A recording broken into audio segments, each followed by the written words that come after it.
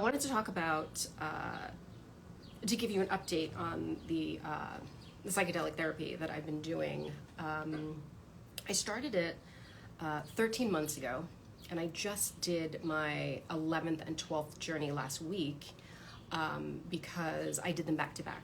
I did one night and then I did it again the next night. The reason I started doing this work is because I realized that I had a lot of triggers and that were really coming up, one in particular, and a lot of emotional baggage that I've been carrying around for a while, and I didn't realize how how much it affected me and how much it was really affecting my relationships and work and everything. So, and my depression was really bad, very bad. And what now I understand is my ego. My ego was really out of control. And the ego is basically a thought in your head. It's not you, but it's the thought in your head that you are, if you ever think you're better than someone or worse than someone, that's your ego. So the ego is not always, they're so full of themselves. Yes, that is your ego as well, but we all have an ego, and a lot of people's ego goes on the side of you're worse than everyone else. You're unlovable and you're a piece of shit. So, and I realized that was my deepest wound of this belief that I am unlovable. And luckily, well, maybe not luckily, it's actually pretty a common thing for people to think about that. And luckily in these journeys, there's a large community in this, and most of us have that feeling. And it's nice to honestly be in a room where you're looking at other people and you're admiring so many other people. The people that come through here are really, really beautiful, amazing people. And to think, well, if that person, how can that person think they are less than someone else? Because they're not. They're beautiful and amazing. They've got this wonderful energy and spirit. So it kind of makes you feel a little better about yourself, that when you're saying I'm unlovable and, when your ego is taking over, that you realize that other people are thinking the same thing about you. That how could you possibly think that way? So I realized I needed to do a lot of work, a lot of deeper work than I had been doing. And the first thing I did was to go into the spiritual realm. I don't necessarily like to use the word spiritual because it's basically just the universal truth of how our minds work, because all of them work the same. All of our triggers and emotional baggage, that's all created the same way. We're born, and this is in my healing highlight, I show you a lot of the books that I haven't read because I don't like reading, but I've listened to every podcast about it. Eckhart Tolle, Michael Singer. Eckhart Tolle did The Power of Now. He did New Earth, which is fantastic. And Michael Singer is The Untethered Soul and Living Untethered. And all of these things are basically how, objectively, how all of our minds work. That we're not our thoughts, we're not our feelings, that most of the voices in your head are not you. It's just the way the mind works. It's just the way the mind has developed. We're humankind. And if you can understand that, because I was also very emotional before. It was like, oh, I feel sad, I am sad, now I'm gonna be sad. Whereas now I realize that thoughts and feelings are basically just like breezes that come and go, right? It's like, oh, something's coming up, what am I feeling? Oh, I'm feeling sad. Well, do I wanna feel sad? Do I need to be sad? Because sometimes you do. Sometimes you do want to go back and just like, yeah, I'm going to feel sad for a minute because I'm sad about something. But other times you can just kind of breathe through it because you know how it works. You know that it comes in and it goes out. So the work of the objective of how the mind works, has been a huge help with pairing it with the psychedelic therapy, which is the subjective, which is specifically what happened to me and why I feel these things. You know, everybody, like once you do that work, which is, you know, the deep psychedelic work is great, but if you could just do the spiritual objective mind work of we're not our thoughts, we're not our feelings, and understanding the ego and how the ego can, for most people, make us feel worse than other people and compare each other to each other in a bad way. Once you realize that, you basically see that everyone is just a wounded child walking around.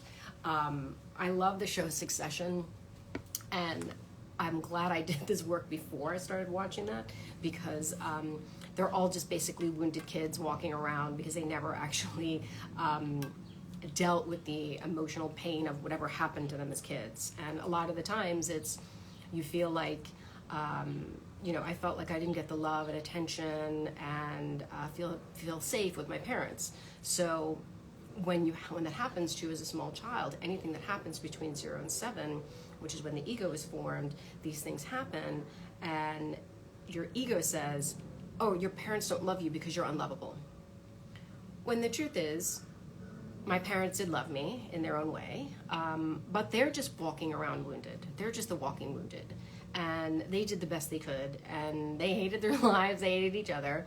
So, you know, there wasn't much room for the rest of us, but that's okay. So it's also this idea of we're not what happened to us, because whatever my parents did to me or didn't do to me was not a reflection of me. It was a reflection of them and their own pain and their shitty parents, the shitty parents before them. So even having that understanding, without this work, even if I wasn't doing this deeper inner work, I think this would have, it has drastically changed my life. It also really helps you have better interactions with other people. You go deeper, you can also not get offended as much, you're not getting triggered as much. It's really good. So a few months ago, I started having a little bit of doubt of whether I should continue this work. I had done, 8, I had done 10, and I started thinking, how many of these are we going to do?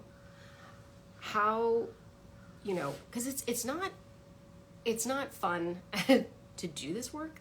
Most of the journeys I have are very emotional, very heavy, and it's not fun to go through them. It's not like, oh, I'm high and everything is great. No, it's not like that at all, actually. Though my last one was pretty good. So it's not fun to do this work. It's life-changing and it's necessary, but it's not fun. So I started thinking to myself, maybe you're fine. Maybe this is getting a bit self-indulgent. It's not cheap to do this work, and it's exhausting. And I really started thinking maybe I should just cool off, like just get on with it. Like, was it really that bad? Like, okay, and you're feeling better, and there's people out there that actually really need help because they had it worse than you. And I realized that was my ego talking. And the reason I keep bringing up the ego is that once you can name the certain voices in your head, it's easier not to listen to them. And a lot of times, the ego is obvious. And, like, you're worthless, you're nothing, look at that person, they're so much better than you. That's your ego. And it's very easy when those voices come in to be like, oh, okay, that's my ego. I don't have to listen to that. Because that's the problem. Most of us listen to all the thoughts in our head, and we shouldn't. There's actually studies that have been done that, I don't know the number, but it's basically let's just say we have 1 million thoughts that run through our head every day. And they found that 98% of them were worthless, were really meaningless and worthless and just basically background noise. So there's certain things that are very easy not to listen to, but the ego once you can name it, because I realized, oh my God, that was my ego coming in. Because it said it in a way that like, oh, but you're doing so much better, and maybe, maybe it's time to, get on and move on with things and not be doing this kind of work anymore. Like, you're all better, you're healed. So it sounded really nice. It sounded very supporting. But then I realized in my last journey that was my ego coming in, because the ego, once you start naming the ego, it's very easy not to listen to him. I call it a him. It's very easy not to listen to it. But the ego wants to stay. The ego is part of you. It's not you. It's a part of you, but it doesn't like to be called out, because it's very comfortable living in your head, driving you crazy. So I realized that my ego has gotten a bit sneakier and has been coming back in. Like, my last journey was just listening to the ego and realizing, oh my God, that was my ego telling me not to do this work anymore. And I started thinking, I asked one of the guides, maybe I need something stronger, because I can't, my ego won't let me continue on this journey. And they said, well, no, that's your work. That's your work. We can't give you something to stop the voice in your head. You need to stop the voice in your head. So I started thinking that it's true. I can't, this whole, there's all these talks and books and TV shows on psychedelic therapy, and they talk about the dissolution of the ego.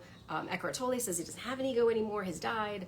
And that's great for him, but it's really generally not what happens. And maybe some people do feel that, and I think it's wonderful, but I think it's a bit of a stretch that you're going to completely dissolve the ego. So, but understanding that the ego exists, that it's not a part of you, it's not the truth, and it's never going to shut up, it makes it easier to deal with. So I just started thinking, well, if these voices come into my head, because it's very linked to my depression, if these voices come into my head, and just totally lost my train of thought. If these voices are coming in my head and I'm not going to be able to stop them, how do I go on with my day not being bothered by them? And I realized, if I'm out taking a walk and a dog starts barking, or if I'm in here in my apartment and there's a dog barking outside, or some kind of like construction noise or something, it doesn't bother me. It's just background noise, like dogs bark, it used to really bother me. But, and I realized, well, okay, I can go about my day with those distractions. So I just started thinking every time my ego spoke, I would think of a dog barking. So eventually in the journey, it was me having this beautiful experience with a dog barking in the background, and learning to identify when it's the ego and just, oh, that's just a dog barking. I don't need to listen to it. It's going to be barking in the background. I don't even know where the dog is. I can't get him to stop barking, because he's never going to stop barking. But I don't need to listen to it, and I don't need to let it ruin my day. I don't even have to bother. I don't even have to scream outside the window, shut up, dog. Because that's what I was doing for a while. It was just like, shut up, ego, shut up. And, that doesn't really help anyone. So something came up in so I did the 11th journey, and then the next day I did my 12th journey. And I did what they have, the group that I'm with, they do this, it's called Ma, and it's a mixture of magic mushrooms and ayahuasca. But it's not the ayahuasca that you think about. There was not like purging. It wasn't like all night. It was a lot less than that. And some people do it and they have a really good time. There's 4 of us in the room, and 2 other people had a great, loving one. And the other side of the room was me and this other girl. And we were just bawling the whole time. But at one point, because again, I'm on a mat or on the floor. I've got an eye mask on, there's meditative music playing, it's all guided. And at one point I sat up, because I was just sobbing, and I sat up and I was sitting under this statue. They have this statue of a Buddha or something.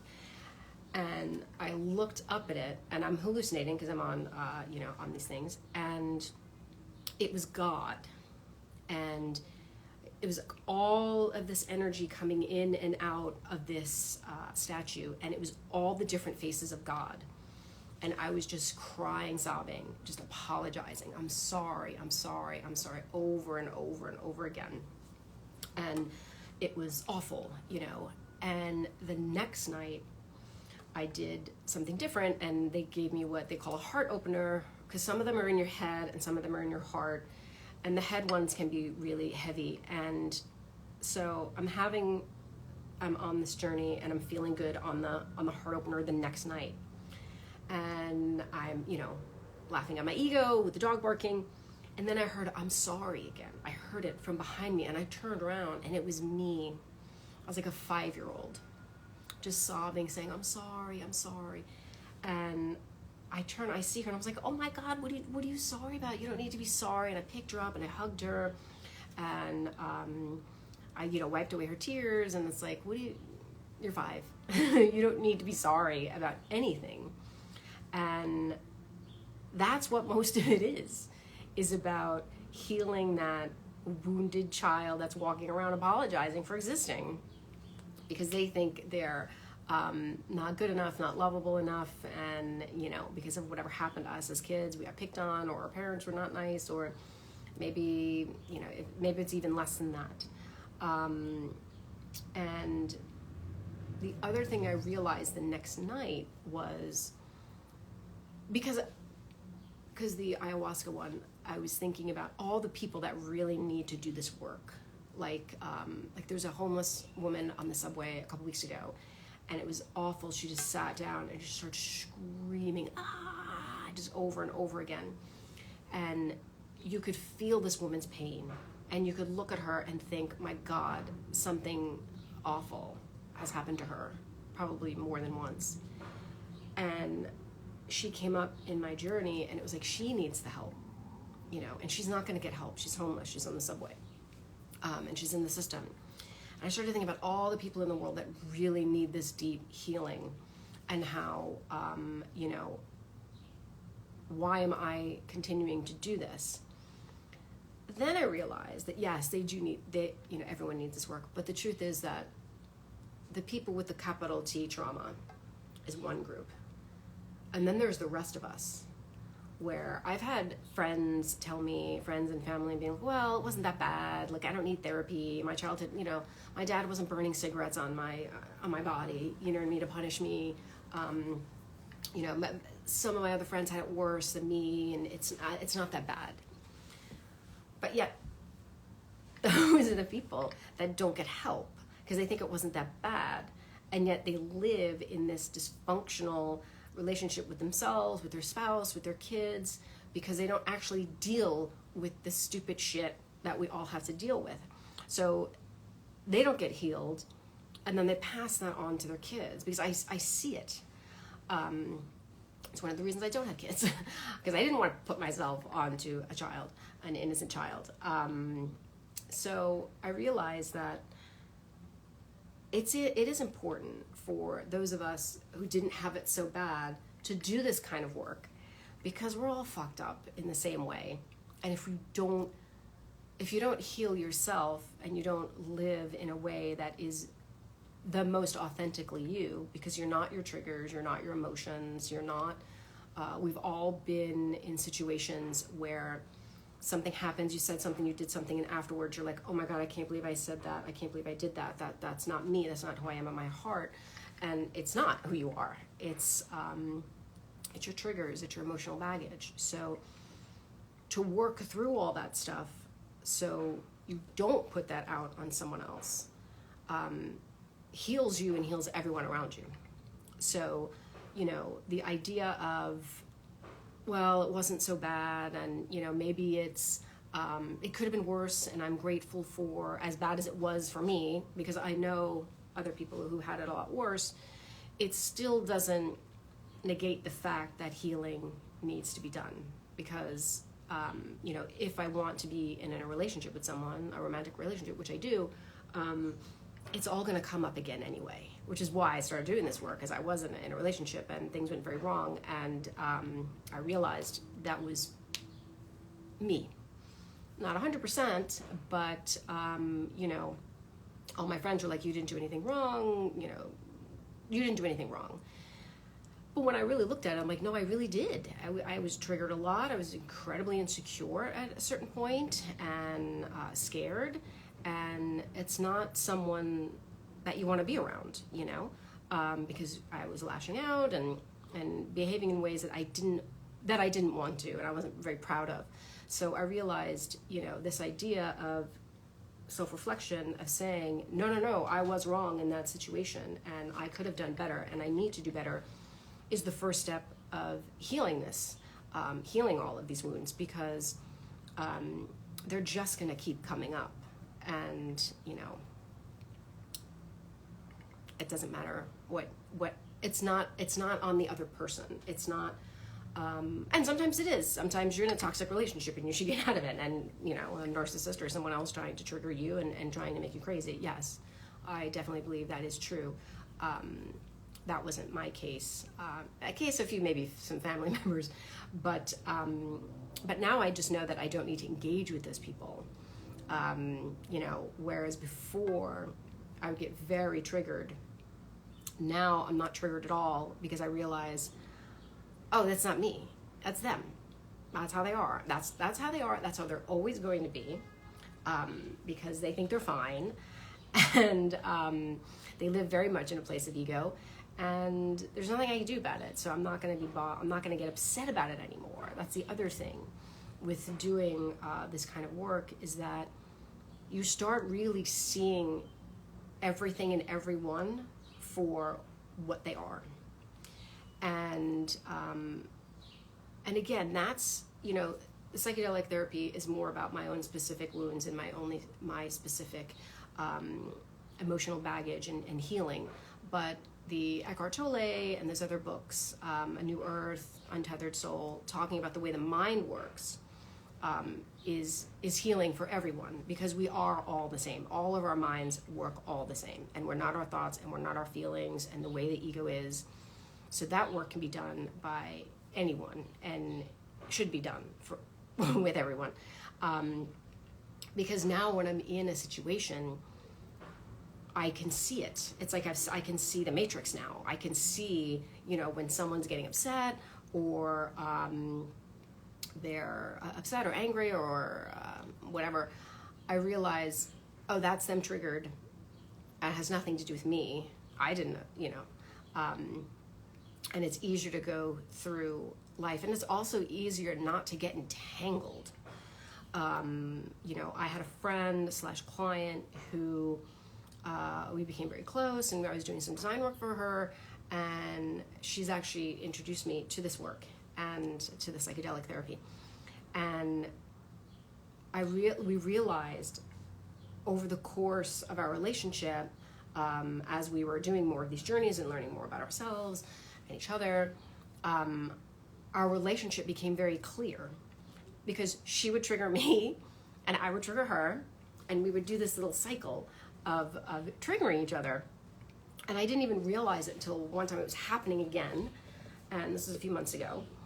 And we started getting into it, and then I just said, well, I don't, because we were texting back and forth. I was like, well, I don't, what is she so upset about? Like, I'm not upset. And why is she upset? And I realized, oh my God, this is what we do. So I just called her out. I was like, I'm going to call you. And I called her on the phone. And I was like, look, what's going on? Because we're obviously triggered, but I'm not triggered. So let's help each other talk through this. And we talked through it, and we realized that was the relationship that we had. And she would trigger me, I would trigger her, then I would think it's my fault, and she would think it's her fault. But then I would get defensive, and she would get defensive. And so it's really nice to live through that, to do the work and then go through an experience like that again, that you've gone through, because I went through our relationship. I'm like, this is what we always do with each other, and breaking that cycle, because that's what it is. I did one of my last videos is like, I wouldn't be putting myself through all of this if it didn't mean changed behavior, because what's the point? Healing is about changing your behavior. So pretty amazing. So I did the 12th, and the ego was a huge part of it, realizing that my ego, because I've gotten a lot better at identifying my ego, he has changed his routine and has now gotten very sneaky. And I realize that he keeps sneaking in to get me, to make me feel bad, but saying things in a way that are supposedly, sounds very supportive and healing, like, oh, maybe we don't need to do this psychotherapy anymore, this psychedelic therapy, because you're doing so much better, and, you know, why continue, because everything is going so well, and, you know, maybe it's just time to kind of put that to the side and just get on with it. And so I realized that that was my ego trying to make me feel bad, because I was starting to feel bad. I'm starting like thinking like, this is so self-indulgent, this is so much money, like, what the hell is wrong with you? You're fine, get on with it.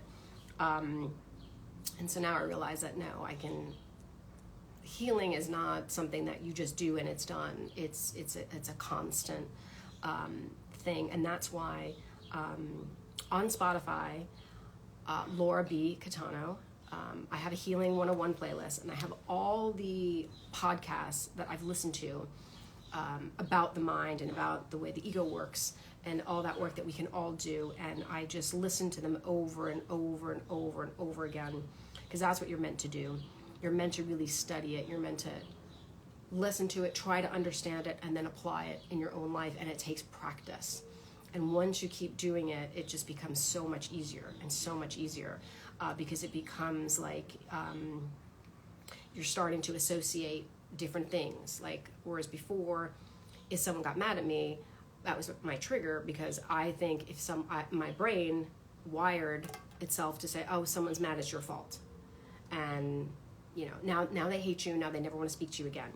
And doing this work, you start changing that. They talk about the neuroplasticity.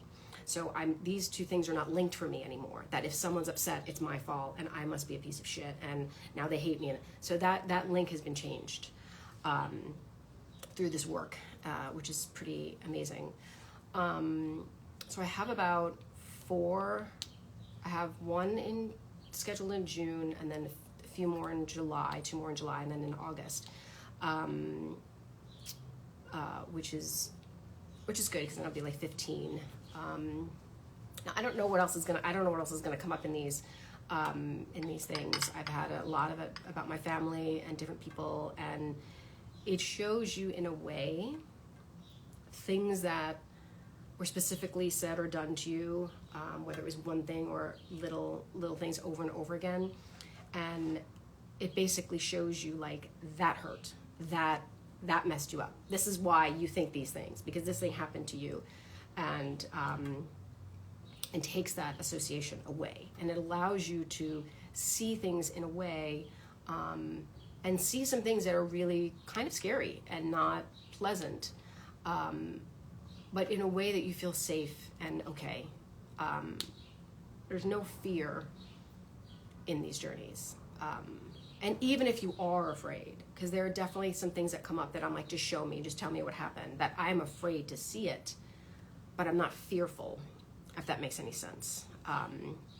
It's in a way where I can look at it and see it for what it was, and be okay, and know that whatever it is, I can handle it. It'll be fine. I don't know if any of you guys have specific questions. It's hard to always know. Like 5 minutes before I got on this, I was like, what are you going to even say? I don't even know what to say anymore. This is like my 4th or 5th video on what's happened, and I did speak kind of specifically on things that have come up and things that have happened. But I'm curious what you guys are curious about, if you have specific questions. So I'll let you guys ask if you want to ask anything. And you could always DM me. I talk a lot of people through DMs about this stuff, because I know some people aren't comfortable asking questions on the lives. but you should feel comfortable. It's a very beautiful community we have here. But I will say that there are a lot of people that, some familiar faces that I see, and I've made some friends with this that do it on a semi-regular basis. And there's some that come once and never come back, not in a bad way, but they just, had something specific and they dealt with it, and they, so definitely people do this once, and people do it, once a year. I know a few people are like, I come twice a year just to kind of work through things. I've chosen to do it once a month because, and they say you don't want to do it too often. Like, you can do 2 nights in a row, but they're not going to let me do that again for a while.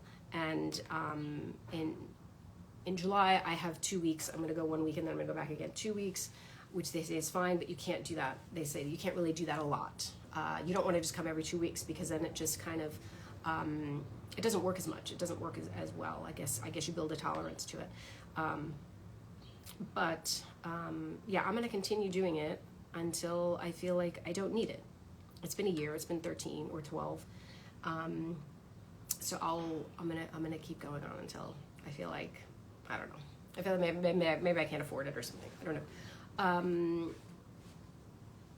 But yeah, so I don't know if anyone wants to ask me anything specifically, but yeah, that was it. Did my 12th, and it was really good. And the other thing that came up in the first night that was really heavier, I saw not only myself, but the women before me and my grandmother. I don't remember my maternal grandmother, but because I was very young when she passed. But I remember my father's mother, and I know she had sisters, and they came up, and just like the thought of them, and that the healing that I'm doing is also for them, because they didn't have this chance to do this. And I had like a suspicion that maybe something happened to, I'm sure, something always happens to us women, right? That maybe I'm carrying, they call that like generational trauma, that maybe I'm carrying the burden of that, and it's, it's up to me to heal it, because, they're already gone. They're still here. I don't think anyone ever really dies. But I think that's what this work is. Once you get really deep into it, it's kind of like, all right, I've done the easy stuff for me specifically, and now it's getting deeper and deeper into the women that came before me. So yeah, pretty interesting. Yeah, there was also, there were these 2 guys that came last time. I'll just tell the story quickly. And they're twin brothers. And I had met one of them before, because he's been doing this work, and I met him and his husband, and they're really beautiful. And they didn't have a good relationship growing up. They were, one of them was very mean to the other one, the one that I knew. And so they didn't even speak for a long time. And anyway, the bullying brother contacted his other brother and was like, look, I just, I want to apologize for what happened as kids, because it was really weighing on him as well. And so they said, well, let's do this journey work together. And they did. And the guides were saying, because they were on the floor next to each other, and the guides were saying, they were like in sync. One of the brother, like, would kind of turn over, and then the other brother would turn over, and one of the brothers put his hand on his head, and the other brother put his hand on his head, like 2 seconds later, and one brother woke up, and 2 seconds later the other brother woke up at the same time. And it was really interesting that they were so in sync in this journey. And they and after they woke up, they were like touching each other, like they felt like they were back in the crib as babies.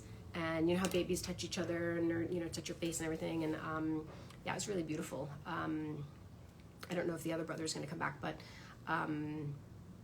yeah, really, really a beautiful story. Because I have twin brothers, and I don't know if they always get along, but I don't think anyone in my family would do this work, and I'm not inviting them to do it with me either.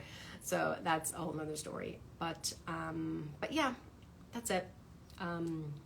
Again, I hope these are helpful in any way.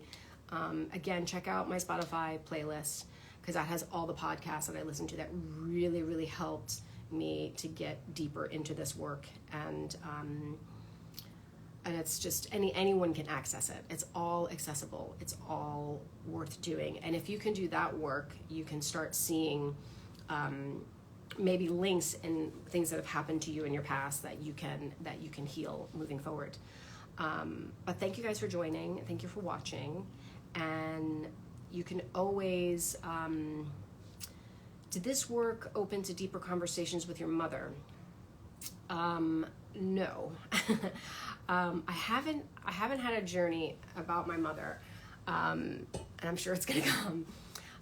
No, but that's because I can't really have a deep conversation with my mother, because she just can't have a deep conversation, sadly.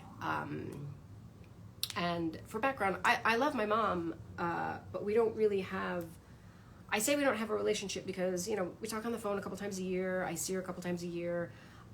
It's not that how do I phrase it? I mean, I think it's sad that we don't have one, but we never really did.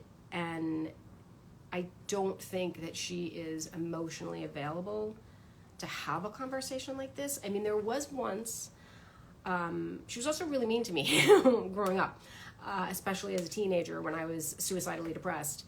And, are you going to smile today? Like, that's not a comment that you should say to a child. But my mom's not a bad person. My mom was just my parents weren't bad people. And she's not a bad person. She was just a bad mom. Or I guess, are we allowed to even say that? But yeah, she wasn't a great mom. They weren't great parents.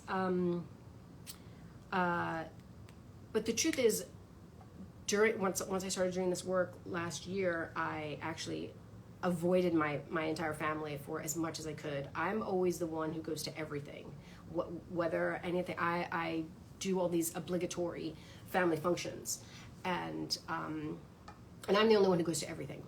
And last year I was like, I'm not going. There's this party that my sister does. I was like, I'm not going.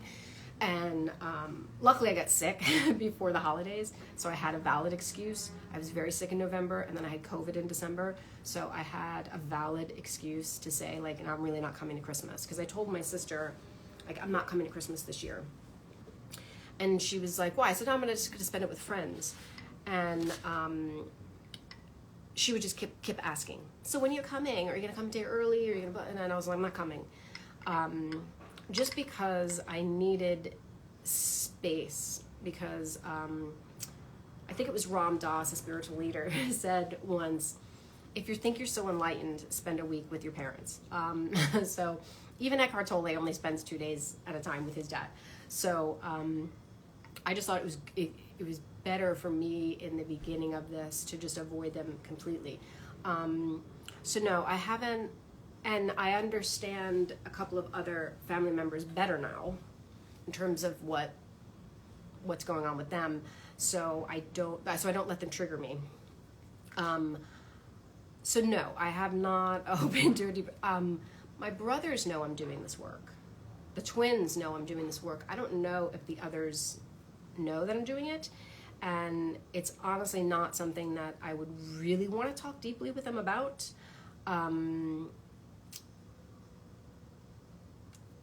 But it's not like I don't like my mom. It's just, I can't. Okay, so one time, I don't know, however many years ago, she called, and I talked to her like once or twice a year. Let's put it this way, during COVID, she called me once that year, 2020, because she needed something for her Florida apartment, and she needed a table, and she wanted to ask my advice for that. Not how are you doing, Anyway, so, she's not a bad person. There's just nothing there. So she called me once and a couple years ago and said, there's a memory of your childhood that's really weighing on me, and I want to apologize to you for something. I was like, oh my God. I was like, Mom, let me sit down. So I sat down, and she said, okay, so in high school, my mom had a Camaro. I am from Long Island. And one day I asked, she's like, oh, why don't you pull the car out of the driveway? We had a really tight driveway. She's like, pull it out. I think I probably asked her if I could do it. And I did it, and I crashed it because it was like the driveway was just one car, and there was a fence all the way around it. So I turned too soon because, first of all, seats didn't go up like this in the 80s. They just went forward. So I couldn't see. So I turned too quickly, and I smashed the car, and I messed up the front corner of it, whatever that's called. And it was bad. And I was like, okay, I totally remember that. She's like, do you remember this? Because I don't have a lot of memories from childhood. And I said, totally remember that. And she's like, well, you felt so bad, which is how I always felt. And she was like, I didn't fix it. I didn't get it fixed for like 6 months. And every day you would see it. And she's like, I could see on your face, like reliving this wound of the pain of, I totally fucked up your car. And she's like, and it took me a long time to fix it. And she goes, I feel really bad because you felt so bad about it. I should have fixed it right away. So, And I said, Mom, I don't remember that part. I don't remember that you didn't fix it. So that's okay. I go, but there's some other things I do remember that you did that I would like an apology for. So I'll just take this apology and apply it to that. And her response was like, okay, and just hung up. So, and there were times over the years when she told us, all of us, like, which is, again, a silent generation thing. Silent generations before the boomers. I'm sure with the boomers, too, of like, oh, just get over it. Oh, God. If something happened, get over it. You're an adult. Boo-hoo. And, it wasn't that bad. So, and I still think she kind of has that attitude a bit, which is from her parents. They were called the silent generation because those kids weren't allowed to say anything.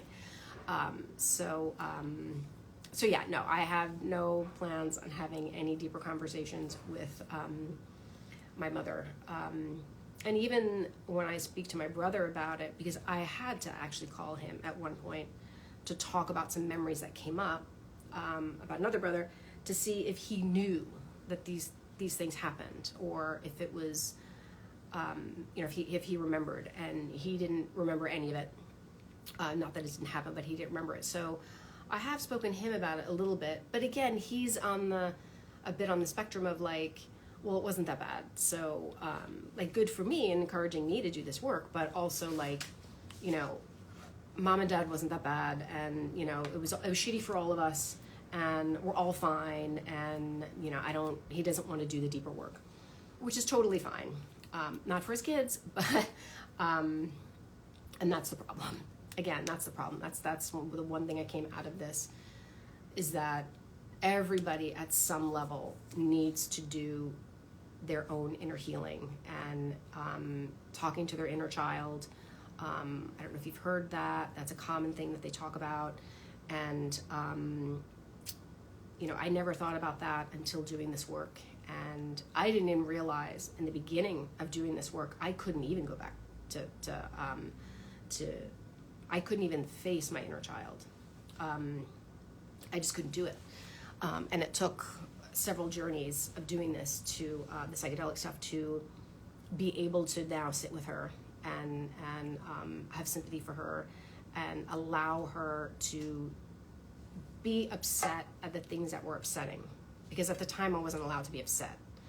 I wasn't allowed to be upset. I didn't have an adult or even an older sibling that I could talk to about anything. So, which is why I'm hyper independent, which is why I'm very good at my job, because I'm in control of everything. It's also why I'm very good at what I do, because I have total control over my things, which are all really good traits, but all come from childhood trauma. But now that I understand that a lot of the stress in my life comes from my subconscious need to control, because I didn't realize that was a problem. But now that I can see that, I don't get stressed out about most things anymore, because I know that I can't control it. And if a client does this, or if the weather, or a friend, or whomever does something, it has nothing to do with me, and I can't control it. I can't control their response or how they're feeling, and even if I do upset someone, I realize that it's probably not anything I said or did, it's their trigger, and that has nothing to do with me. But I can support them and see that they're triggered and try to help them through it, instead of being defensive and or like I did before, just completely break down and think, okay, now they never want to talk to me again, and try to avoid them for the rest of my life. So yeah, no, I will not be having deeper conversations with my mother on this topic. And the funny thing is, she's one of 5. I have 5 other aunts. She's one of 6. I have 4 other aunts, whatever. And they talk every week. So, call me twice a year, and you talk to your sisters, But they all, whatever. I'm happy for them. I'm happy that she has a nice relationship with them. But again, they're all the silent generation, so they're not really going to get in deep with them in any kind of way, because they're just not capable of it. Not saying everyone in the silent generation isn't capable. I'm just these women in particular. So that's that. Again, I hope this was helpful, and you guys can always DM me with questions if you want. I do like talking about all of this because I know that it actually really has helped. It's really changed my life. It basically, it allows you to go through your baggage in a way that I couldn't before, and when you can get rid of the baggage, you just become a truer person to yourself. I say I've changed, but it's not that I've changed. I am still, in my heart, in my essence, who I am. But now I'm not covered in all of this bullshit and baggage that made it difficult for me to, just go through everyday life. So yeah, and that's the point. That's the point, to work through it and to just be more authentically yourself.